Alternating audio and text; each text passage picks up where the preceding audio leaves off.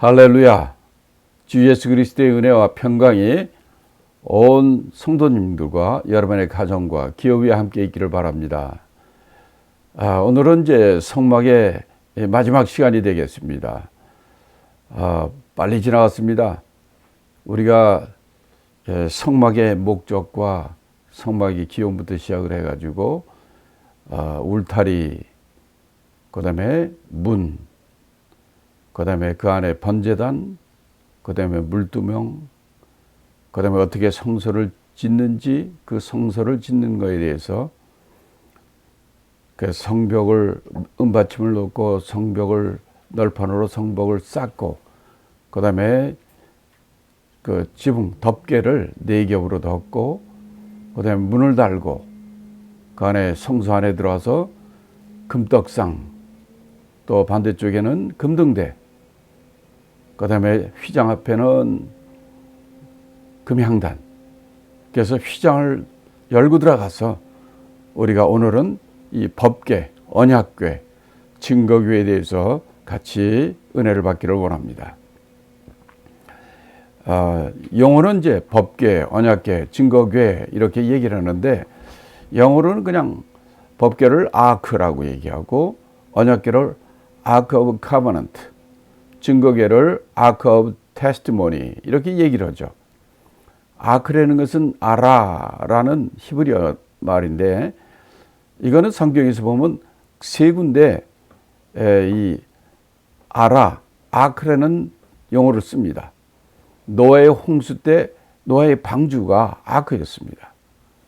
그 다음에 모세가 태어난 지 얼마 안 됐을 때 그 나일 강변에 노아를 태운 갈대상자, 그거를 아크라고 합니다.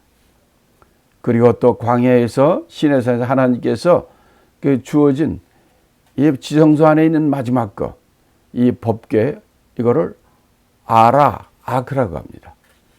그래서 오늘 시간에는 우리가 법궤, 언약궤에 대해서 우리 함께 은혜 받겠습니다. 먼저 우리가 하나님의 성경 말씀 본문을 한번 같이 읽어보겠습니다. 출애굽기 25장 10절부터입니다. 그들은 조각목으로 궤를 짓되 장이 2규빗 반, 광이 1규빗 반, 고가 1규빗 반이 되게 하고, 너는 정금으로 그것을 싸되 그 안팎을 싸고 밑가로 돌아가며 금태를 두르고 금고리 넷을 부어 만들어 그 4발에 달되 이 편에 두고 저편에 두고, 조각목으로 채를 만들고 금으로 싸고 그 채를 궤 양편 고리에 꿰어서 궤를 매게 하고 채를 궤의 고리에 꿰n 대로 두고 빼어내지 말지며, 내가 네게 줄 증거판을 궤 속에 둘지며, 정금으로 속죄소를 만들되 장이 2규빗 반, 광이 1규빗 반, 높이 1규빗 반으로 만들고, 금으로 그룹 둘을 속죄소 두 끝에 쳐서 만들되 한 그룹은 이 끝에 한 그룹은 저 끝에 그 속죄소 두 끝에 속죄소와 한 덩이로 연하게 할지며, 그룹들은 그 날개를 높이 펴서 그 날개로 속죄소를 덮으며 그 얼굴을 서로 대하여 속죄소를 상하게 하고 속죄소를 궤 위에 얹고 내가 네게 줄 증거궤를 궤 속에 넣으라. 거기서 내가 너와 만나고 속죄소 위 곧 증거궤 위에 있는 두 그룹 사이에서 내가 이스라엘 자손을 위하여 내게 명할 모든 일을 내게 이르리라. 법궤는 크게 3부분으로 되어 있습니다. 밑에 상자 부분이 있고요. 그 다음에 뚜껑에 해당되는 속죄소, 그 다음에 속죄소 그 뚜껑에 손잡이 같이 뚜껑에 붙어 있는 두 그룹 천사, 이렇게 3부분으로 나눠져 있습니다. 그림에 보는 것처럼 밑에는 상자, 법궤고요. 그 다음에 그 뚜껑에 해당되는 게 속죄소, 그 다음에 그 손잡이 같이 위에 붙어 있는 것이 두 그룹입니다. 그룹 천사가 서로 날개를 들고 속죄소를 서로 내려다보는 그런 모양입니다. 먼저 이제 법궤의 규격은 이렇게 됩니다. 가로 2.5 규빗, 세로 1.5 규빗, 높이가 1.5 규빗 이렇게 되죠. 그리고 그 상자 상부 그 밑가로 돌아가면서 금태로 둘러싸게 되어 있습니다. 그리고 이제 네 모서리는 금고리가 있겠는데, 금고리는 그 양쪽에 채를 끼워서 이 제사장들이 이 법궤를 이동할 때 그 채를 들고 이 법궤를 운반하게 되어 있는 것입니다. 이 법궤의 규격은 이렇게 간단합니다. 두 번째는 이제 법궤의 재료입니다. 법궤는 이 조각목에다가 금을 입힌 것입니다. 그러니까 재료는 두 가지죠. 첫째는 조각목이고 그 위에 금을 입힌 것이죠. 왜 조각목에다가 금을 입혔을까? 그 안에 것은 조각목. 이 조각목이라는 것은 그 사막지대에서 광야에서 보는 쓸모없는 땔감이나밖에 쓸 수 없는 건물에 어떤 좋은 가구에 그 재료를 쓸 수 없는 이 나무를 조각목이라 합니다. 이것은 하나님이신 예수님이 이 땅에 오신 인간으로 오신 예수님의 인성을 상징합니다. 빌립보서 2장 7절에도 오히려 자기를 비워 종의 형태를 가져 사람들과 같이 되었다라고 말씀합니다. 그렇죠. 하나님이신데 인간의 형체, 종의 형체를 가지고 오신 것이죠. 요한복음 1장 14절에도 말씀이 육신이 되어 우리 가운데 거하심에 우리가 그 영광을 보니 아버지의 독생자의 영광이 은혜와 진리가 충만하더라 말씀합니다. 예수님은 말씀, 하나님이시 육체로 오신 조각목과 같이 육체를 가지고 오신 것을 우리에게 말씀하시는 것입니다. 두 번째는 그 조각목을 정금으로 쌌다 그랬는데, 이 정금, 이거는 하나님 예수 그리스도의 신성을 뜻합니다. 예수 그리스도는 100% 인간으로 오셨지만 그는 100% 하나님이십니다. 이 바로 예수 그리스도의 신성과 인성을 의미하는 것이 바로 이 법궤의 재료입니다. 법궤는 정말 하나님의 임재를 의미하는 거죠. 근데 그것은 바로 이 조각목을 금으로 입힌 것이죠. 바로 이 땅에 예수님 하나님이시면 이 땅에 오실 때 우리 위하여 십자가 죽으신 그분은 인간으로 오신 예수님의 인성을 의미하는 거죠. 세 번째는 이 법궤의 내용물입니다. 법궤의 내용물에 대해서는 첫째는 이제 십계명 돌판 또는 이제 증거판 이렇게 말씀하시는데, 바로 이 법궤에 있는 이 증거판 돌판은 뭐를 의미하느냐? 이게 십계명 돌판이죠. 십계명 하나님의 말씀이죠. 그래서 이 증거판은 말씀이신 예수 그리스도를 상징하는 것입니다. 출애굽기 25장 16절에 내가 네게 줄 증거판을 궤 속에 둘지며, 그렇죠. 이 바로 증거판, 십계명 돌판을 바로 이 법궤 안에다 둔다고 말씀하십니다. 두 번째는 만나를 담은 금 항아리입니다. 출애굽기 16장 33절에 이렇게 말합니다.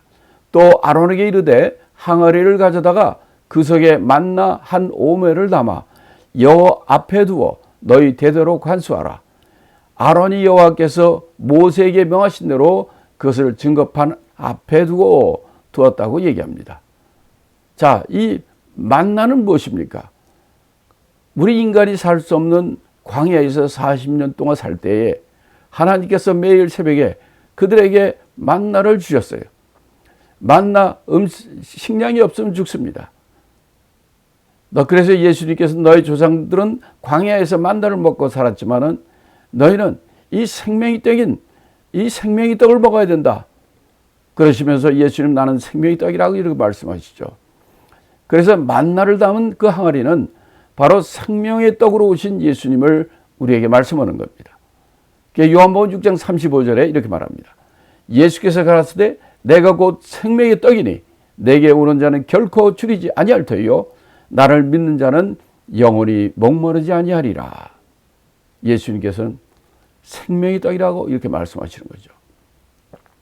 세 번째는 아론의 쌍난 지팡이죠. 아론과 그 주위에 이 많은 사람들이 왜 아론만 대제사장이냐?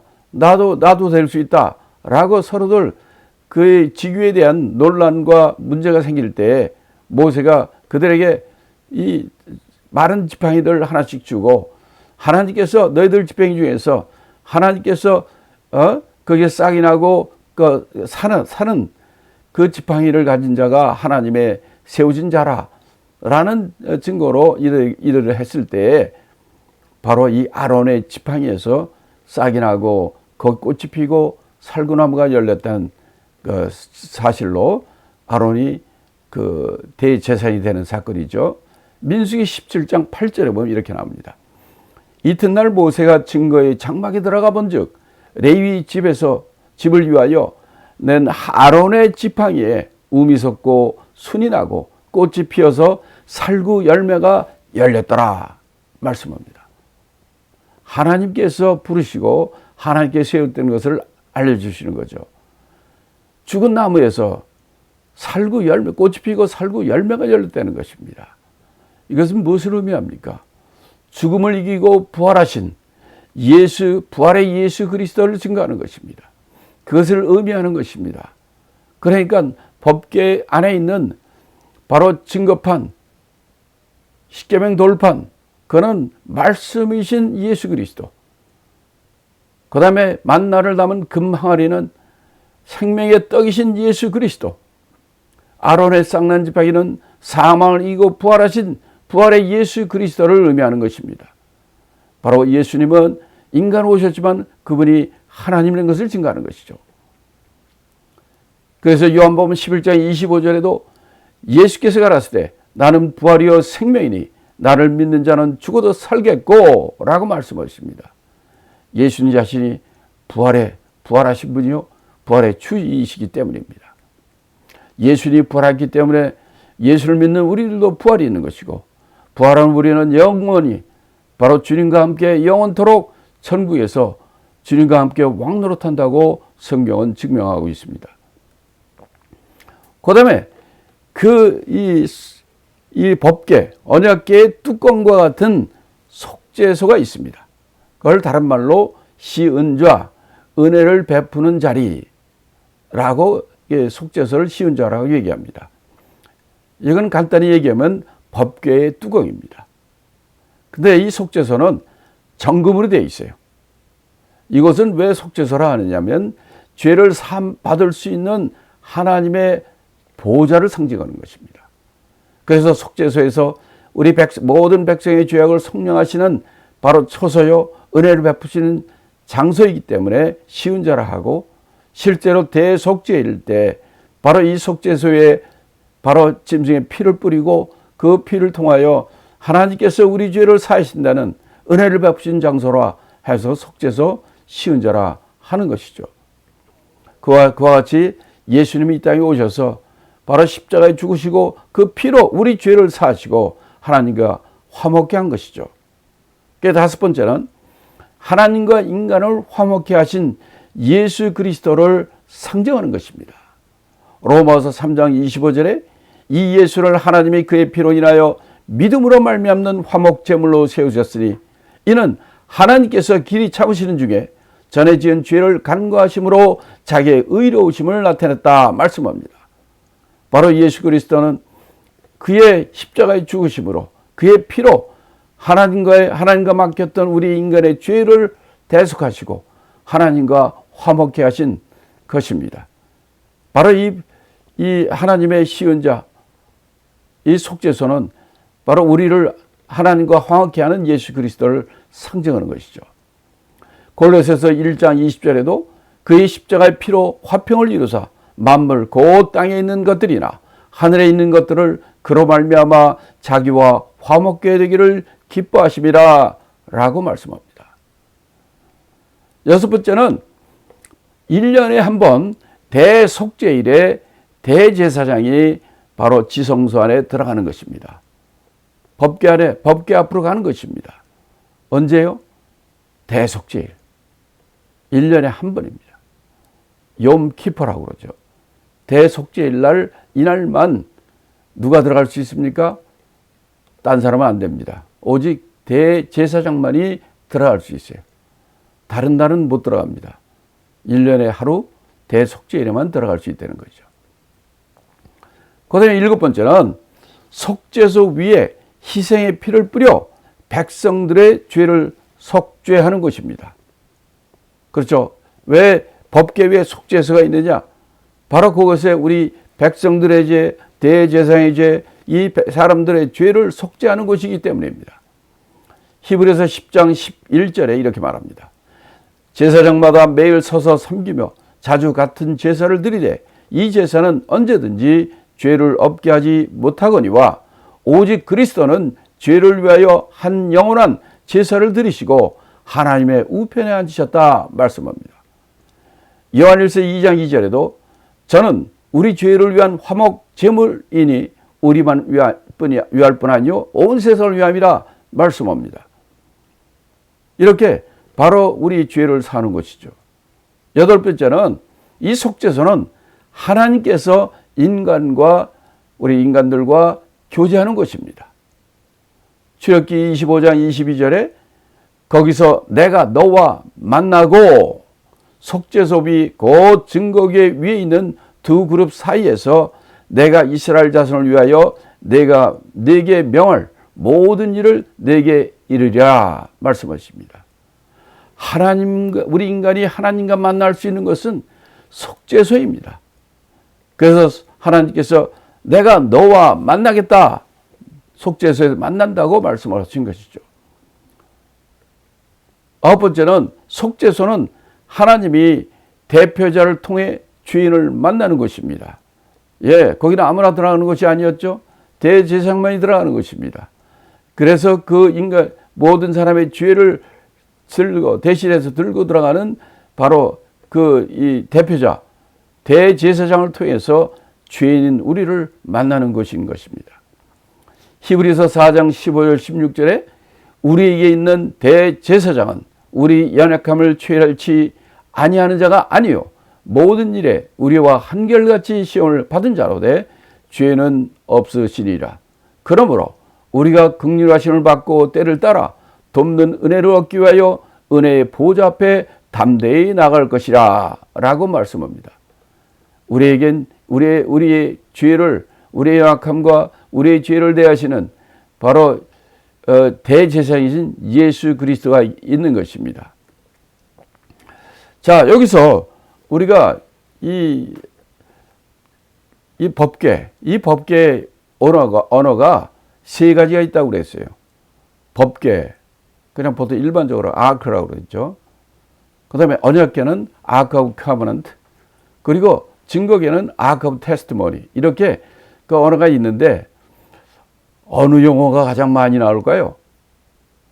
우리가 일반적으로 법궤라는 말을 많이 쓰는데 특히 저는 중국 선교를 했기 때문에 중국 사람들은 무조건 법궤입니다. 그런데 성경을 찾아보니까요, 제일 많이 나오는 단어가 언약궤입니다. 42번이 나옵니다. 그 다음에 많이 나오는 이름이 증거궤입니다. 이게 절반 21번이 나옵니다. 그럼 법궤는 몇 번 나올까요? 한 번밖에 안 나옵니다. 놀랍죠? 언약궤가 제일 많이 나옵니다. 왜 이 용어가 법궤, 언약궤, 증거궤 이런 세 가지 언어를 우리에게 쓰시는지 우리가 좀 한번 생각해 볼 필요가 있습니다. 법궤의 법은 율법 법입니다. 언약은 누가 언약을 이루신 분입니까? 누가 언약의 피가 되신 분입니까? 예수 그리스도죠. 누가 바로 예수를 증거하는 분이십니까? 증거하는 영, 성령이죠. 그래서 언약궤는 주로 어느 때부터 쓰는 거냐면 언약의 피로 오신 예수 그리스도. 6월절입니다.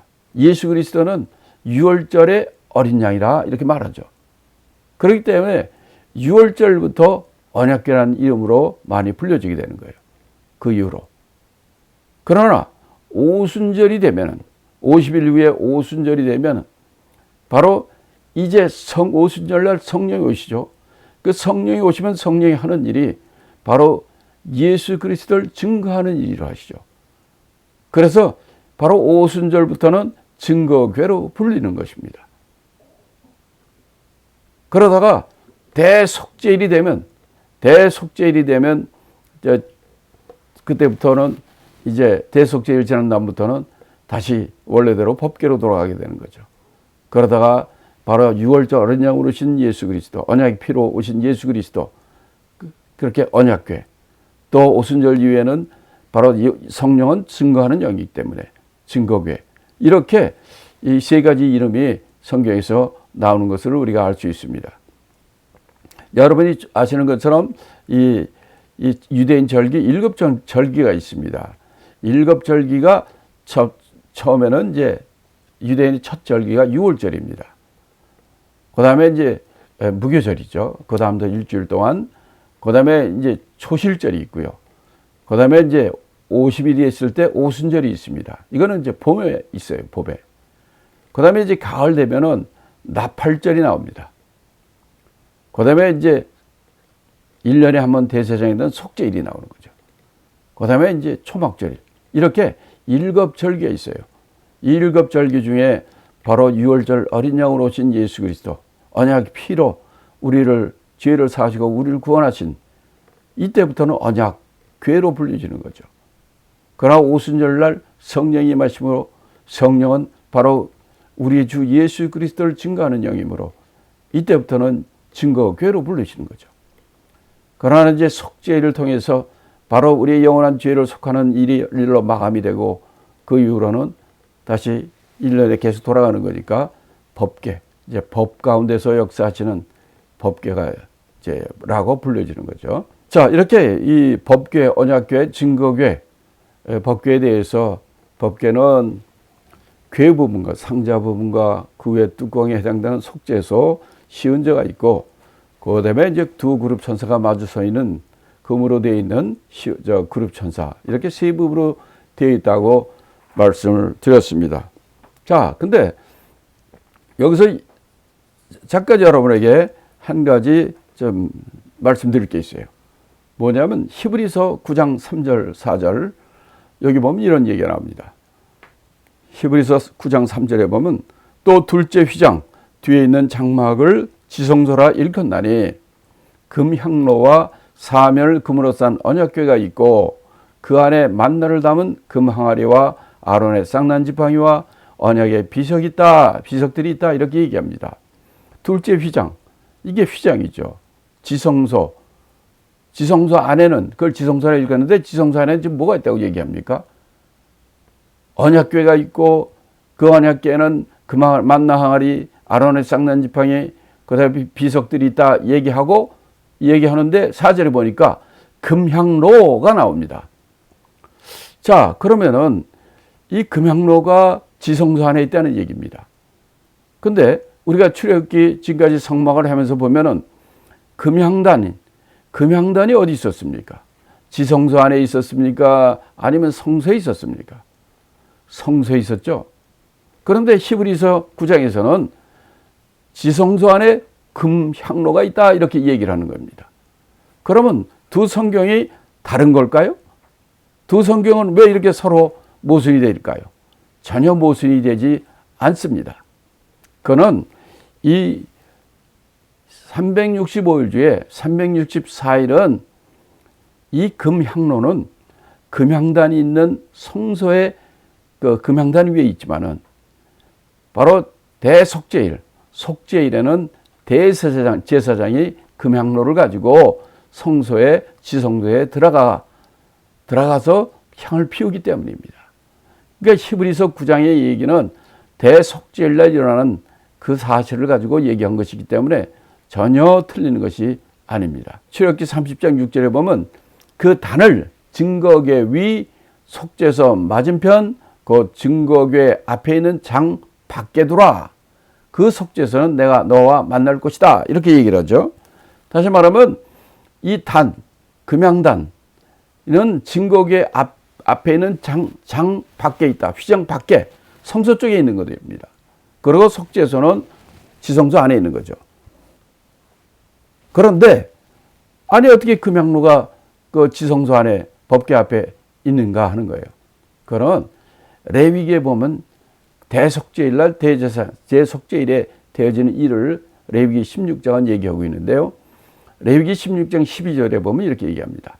향로를 취하여 여호와 앞 단 위에서 피운 불을 그것에 채우고 또 두 손에 곱게 간 향기로운 향을 채워가지고 장 안에 들어가서 얘기합니다. 그래요. 대속죄일이 되면 대제사장이 금향단에 있는 향로를 취해가지고 거기다 향을 피워가지고 이 장 안에 휘장 안에 들어가서 바로 그 안에서 향로를 갖다 놓고 향을 피우는 것입니다. 그것이 대제사장이 대속죄일의 첫 번째 하는 일인 것입니다. 그래서 금향로가 이 지성소 안에 있게 되는 거죠. 두 번째는 이 법궤 안에 우리가 히브리서에 보면은 히브리서 9장 4절에 보면 이 법궤 안에는 이 세 가지를 얘기하고 있습니다. 만나를 담은 금항아리와 아론의 쌍난 지팡이와 언약의 비석들, 십계명 돌판을 얘기하죠. 이 세 가지가 그 안에 있다 이렇게 얘기를 합니다. 그래서 구약 성경을 또 우리가 자세히 또 찾아보면 이렇게 얘기를 합니다. 출애굽기 16장 33절 34절에 보면 또 아론에게 이르되 항아리를 가져다가 그 속에 만나 한 오매를 담아 여호와 앞에 두어 그 너의 대대로 가져와라. 아론이 여호와께서 모세에게 명하신 대로 그것을 증거판 앞에 두어 가져가겠다. 증거판 앞에 두었다고 이렇게 얘기를 합니다. 그 다음에 아론의 쌍난 지팡이의 경우에는 민수기 17장 4절에 보면 그 지팡이를 회막 안에서 내가 너희와 만나는 곳인 증거궤 앞에 두라 그랬어요. 법궤, 증거궤, 언약궤 안에 두는 것이 아니라 앞에 두라는 겁니다. 그런데 십계명 돌판의 경우에는 그 증거궤, 언약궤 안에 두라 그랬어요. 궤 안에 두라 그랬어요. 그래서 이 열왕기상 8장 9절에 보면 그 후에 그들이 이 8장 9절을 읽겠습니다. 궤 안에는 두 돌판 외에는 아무것도 없으니 이것은 이스라엘 자손이 애굽 땅에서 나온 후 여호와께서 저희와 언약을 세우실 때에 모세가 호렙에서 그 안에 넣은 것이더라 그랬습니다. 그렇죠. 모세를 통해서 이 성막과 이 언약궤를 만든 다음에 그 안에 돌판을 넣었다는 겁니다. 모세가. 그러니까 언약궤 이 안에는 돌판이 있는 건 확실합니다. 그런데 만나의 금항아리나 아니면 아론의 쌍난 지팡이 이거는 그 증거궤 앞에 뒀다 이렇게 말씀합니다. 그래서 이 부분들은 크게 보면은 지성소 안에 있는 것은 맞지만은 열왕기상 8장 9절 이후부터는 계속 이 돌판은 찾았는데 아론의 쌍난 지팡이와 이 만나 금항아리는 찾지 못한 것 같습니다. 자, 그러면 이제 우리가 또 나누고자 하는 것은 이렇게 지성소는 아무나 들어갈 수 없다 했습니다. 그러면 누가 언제 들어가는가 하는 문제입니다. 자, 히브리서 9장 7절. 신약성경 히브리서 9장 7절은 이렇게 얘기합니다. 오직 둘째 장막은 대제사장이 홀로 1년 1차씩 들어가되 피 없이는 아니하나니 이 피는 자기와 백성의 허물을 위하여 드리는 것이라 그랬습니다. 자, 대제사장이 1년 1차 들어가는 것이라 그랬어요. 이게 언제냐? 대속죄일입니다. 대속죄일 날 이날만 대제사장만이 들어갈 수 있어요. 딴 제사장은 못 들어갑니다. 그래서 바로 이 대속죄일 날 들어가는데 여기서 문제가 되는 것은 1년 1차씩 들어간다 하는 얘기인데 우리가 구약 성경을 한번 확인해 보겠습니다. 레위기 16장 12절부터 보면 이렇게 되어 있습니다. 대제사장이 향로를 취하여 여호와 앞 단 위에서 피운 불을 그것에 채우고 또 두 손에 곱게 간 향기로운 향을 채워 가지고 장 안에 들어가서 14절에 보면 그는 또 숫송아지 피를 취하여 손가락으로 속죄소 동편에 뿌리고 또 손가락으로 그 피를 속죄소 앞에 뿌린다. 이렇게 되어 있어요. 자, 12절에 보면은 향로, 금향로를 취해가지고 이 지성소, 휘장 안으로 들어갔다 그랬어요. 그래서 거기다 금향로를 갖다 놓는 겁니다. 이렇게 한번 들어가죠. 또 14절에 보면 또 대제사장이 이번엔 숫송아지 피를 잡아가지고 그 피를 가지고 속죄소 동편에 뿌린다 그랬어요. 다시 말하면 송아지 피를 얻으러 다시 나갔다가 그 피를 가지고 이 지성소 안에 들어왔다는 얘기죠. 벌써 이게 두 번째 들어온 거죠. 자, 그런데 또 15절에 보면 또 다른 일이 있습니다. 이번엔 백성을 위한 속죄소, 속죄제 염소를 잡는 겁니다. 염소를 잡아가지고 그 피를 가지고 휘장 안에 지성소 안에 들어가는 겁니다. 그래서 그 피를 속죄소 위와 속죄소 앞에 뿌린다고 그랬어요. 그러면 몇 번입니까? 벌써 지금 세 번째 들어간 거 아닙니까? 그러면 거기다가 좀 이 송아지 피, 염소 피, 금향로 향을 피우고 그걸 그냥 두고 그거는 그냥 놔두고 나옵니까? 이 바로 속죄소, 속죄제 행사가 이 제사가 다 끝난다면은 그걸 다 청소하고 끄집어 나와야 될 겁니까?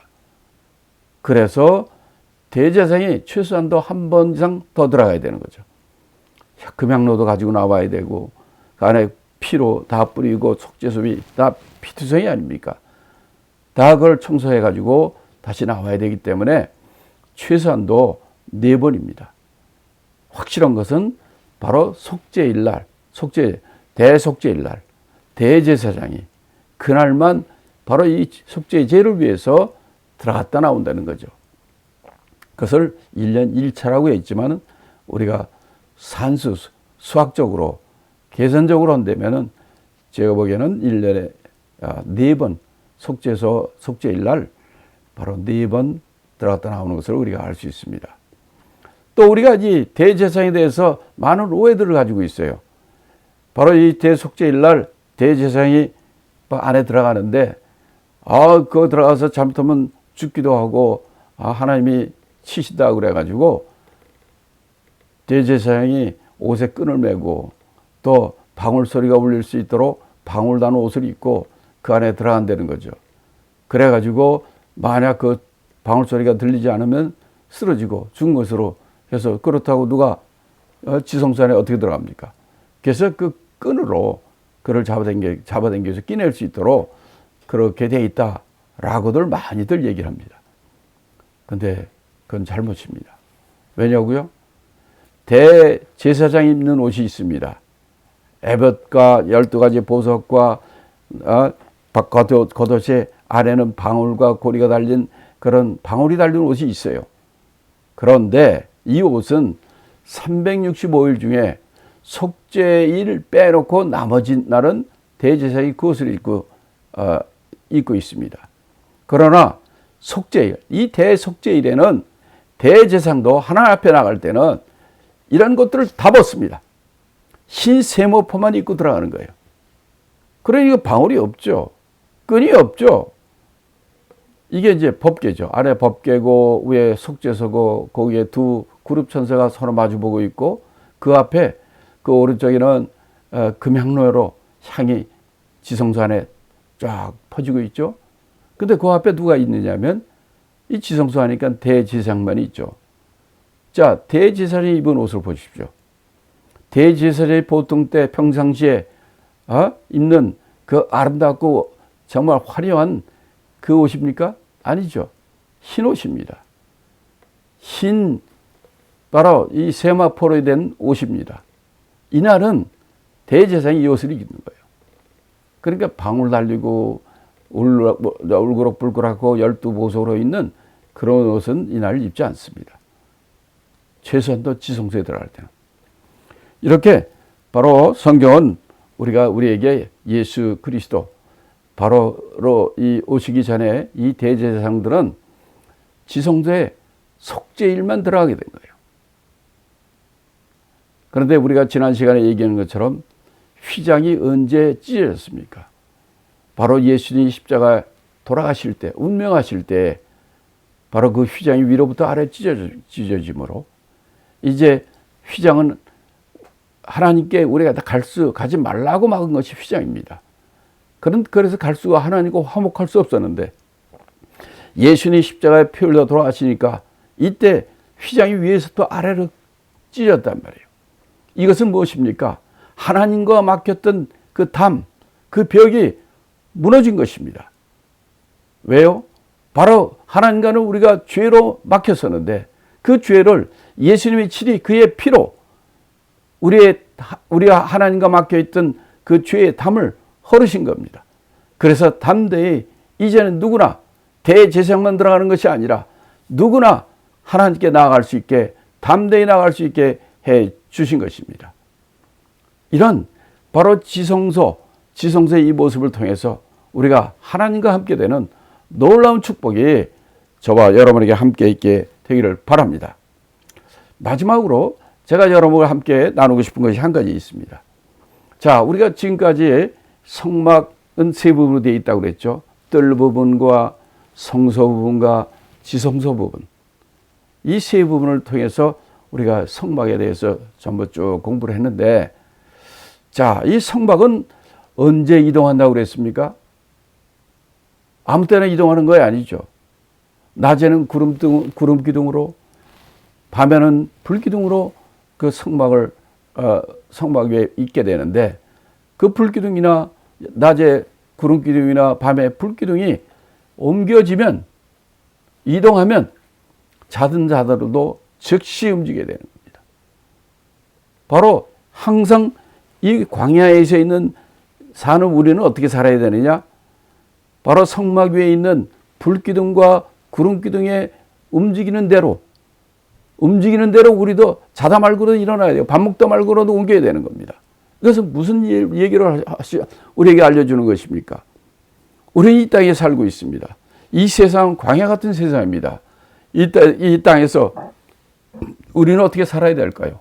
광야에 사는 이스라엘 백성처럼 하나님께서 구름 기둥을 이동하시면 우리도 옮겨야 되고 불기둥을 옮기시면 옮기는 것 같이 우리도 그런 삶을 살려는 것입니다.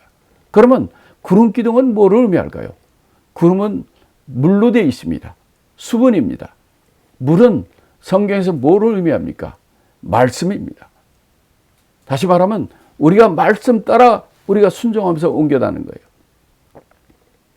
또 불기둥, 불은 무엇을 의미합니까? 성령이죠. 그래서 불이 옮기는 대로 우리가 자다가도 일어나야 되는 거예요. 이것은 바로 우리 어떤 삶을 살아야 되느냐? 성령의 인도함을 받는 삶, 성령에 순종하는 삶을 살려는 것이죠. 그러므로 광야에 사는 그들이 불기둥, 구름기둥 인도함을 받았다는 것은, 순종하며 살았다는 것은 말씀에 순종하고 성령에 순종하는 삶을 사는 것을 의미합니다. 그럼 그렇게 살았어요. 우리도 말씀과 성령에 순종하는 그런 삶을 살게 되기를 예수님으로 축원합니다. 자, 문제는 그 다음에 있습니다. 그들이 그렇게 구름기둥이 옮겨지고 불기둥이 옮겨짐으로 그들이 다 그걸 걷어가지고 이제 이동하게 되죠. 그런데 이제 구름기둥에 가서 서지 않습니까? 저쪽 가서 섰다 이 말이에요. 그러면 어떻게 됩니까? 우리도 거기 서야 되는 거죠. 그 다음에는 어떻게 합니까? 그 자리에 성막을 다시 세워놔야겠죠. 그러면 이 성막을 어떻게 그들이 옮겨진 장소에 성막을 세울까요? 어떤 사람이 이렇게 생각할 까요? 이 법궤, 지성소 법궤가 제일 중요하니까 이 법궤부터 장소를 딱 잡고 그걸 중심으로 지성소, 성소를 짓고 그 다음에 제일 마지막으로 울타리 치고 문 달고 뭐 이러면 이렇게 되지 않겠는가 라고 생각하는 사람도 있고, 또 어떤 사람은 그 구름기둥에 서면 그거 생겼으니까 거기에 자리를 봐가지고 먼저 울타리부터 딱 치우고 바깥에서부터 그래서 안으로 해가지고 제일 나중에 이제 법궤를 딱 갖다 놓고 이렇게 하나님을 섬긴다. 뭐 여러 가지 의견들이 많이 있습니다. 여러분 어떻게 생각하십니까? 법궤부터 놓을까요? 아니면 맨 바깥에 울타리부터 칠까요? 다 틀렸습니다. 그것도 둘이 다 아닙니다. 제가 성경 말씀을 여러분에게 보여드리겠습니다. 이렇게 성막을 이동했을 때 성막을 어떻게 셋업을 하겠느냐, 처음부터 하느냐, 아니 바깥부터 하느냐, 아니면 안에부터 하느냐, 아니면 또 어떤 방법이 있는가 하는 그런 문제였죠. 출애굽기 40장의 마지막 장입니다. 여기 보면 17절에 제2년 정월 곧 그달 초일에 성막을 세우니라. 성막을 세우는데 어떻게 세우느냐 얘기를 하는 거예요. 18절에 보면 모세가 성막을 세우되 뭐부터 하느냐? 그 받침들을 놓고, 은받침입니다. 그 널판들을 세우고 그 띠를 띄우고 기둥들을 세우고 또 성막 위에 막을 피고 덮개, 지붕입니다. 그래서 덮개를 덮으니 여호와께서 모세의 명하신 대로 되니라. 그러니까 제일 먼저 하는 것이 바로 이 성소, 지성소를 세우는 은받침을 놓고 그 위에 은받침에 널판을 세우고 그 다음에 위에 덮개를 덮고 이렇게 한다는 거예요. 그 다음에 20절부터는 또 뭐라고 그랬냐면 또 증거판을 궤 속에 넣고 채를 궤에 꿰어 속죄소로 그 궤 위에 두고, 그러니까 그렇게 이 성소 지성소를 만드는데 지성소 부분 뒤쪽에다가 이 증거판을 궤 속에 넣고 그 궤를 놓고 그 위에 속죄소를 놓고 그 다음에 휘장을 막고, 지성소 부분이죠. 그 다음에 어떻게 하느냐, 그 다음에는 이제 그 바깥쪽에 지성소 막은 휘장 바깥쪽에다가 이 상을 놓고, 진설병상이죠. 그 다음에 그 상 위에 떡을 진설하고, 그 다음에 어떻게 하느냐, 남쪽에 금 등대를 놓아 진설병상과 마주대게 하고, 그 다음에 바로 금 등잔에다가 불을 켜가지고 그 성소안을 환하게 만든다는 거예요. 그 다음에 26절은 또 뭐냐면 금향단을 회막 안장 앞에 두고, 그 성소 부분에 그쪽에다 두고 향기로운 향을 사른다 이렇게 말했습니다. 그 다음에는 어떠냐, 성막문에 장을 달고, 성소문이죠.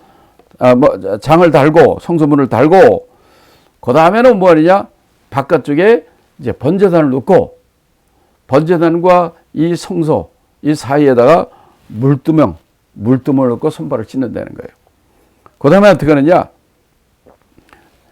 성막과 단 4면 뜰에 포장을 치고 울타리를 친다는 거죠. 바깥에 울타리를 이제 치고 그 다음에 뜰문에 문을 단다 하는 거예요. 그럼으로써 바깥 동쪽 문을 닮음으로써 성막이 다 이루어지는 것입니다. 여러분이 이 출애굽기 40장 17절 이하를 읽으시면은 그들이 성막을 어떤 순서로 셋업을 하는지 알게 됩니다. 그래서 제일 중요한 것은 무엇입니까? 제일 먼저 하는 것이 무엇입니까? 바로 성소, 지성소가 있는 이 성소의 밑받침, 은받침. 이 은받침을 뭐로 만들었다 그랬습니까? 생명의 속전으로 만든 겁니다. 돈 많은 사람이야 거지나 상관없이 누구나 똑같이 반세기를 지낸 그 은으로, 은 반세겔로 그걸로 은받침을 만들고 그 은받침 위에 이 지붕에 벽을 세우고 지붕을 세우고 하는 일이 제일 먼저 되는 거예요. 이것은 바로 우리의 생명의 속전으로 하나님의 나라를 세운다는 얘기죠. 그래서 바로 이 성막을 통해서, 이 성막은 이 울타리부터 시작을 해가지고 지성소까지 전부 예수 그리스도를 의미하는 것입니다.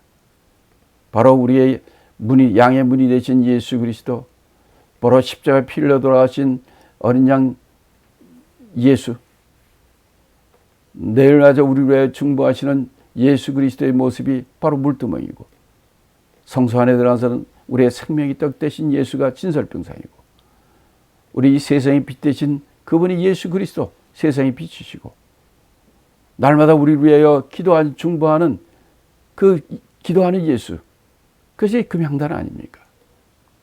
이렇게 성막 전체는 바로 우리의 주시고 우리의 왕이시고 우리의 하나님이신 예수 그리스도를 의미하는 것입니다.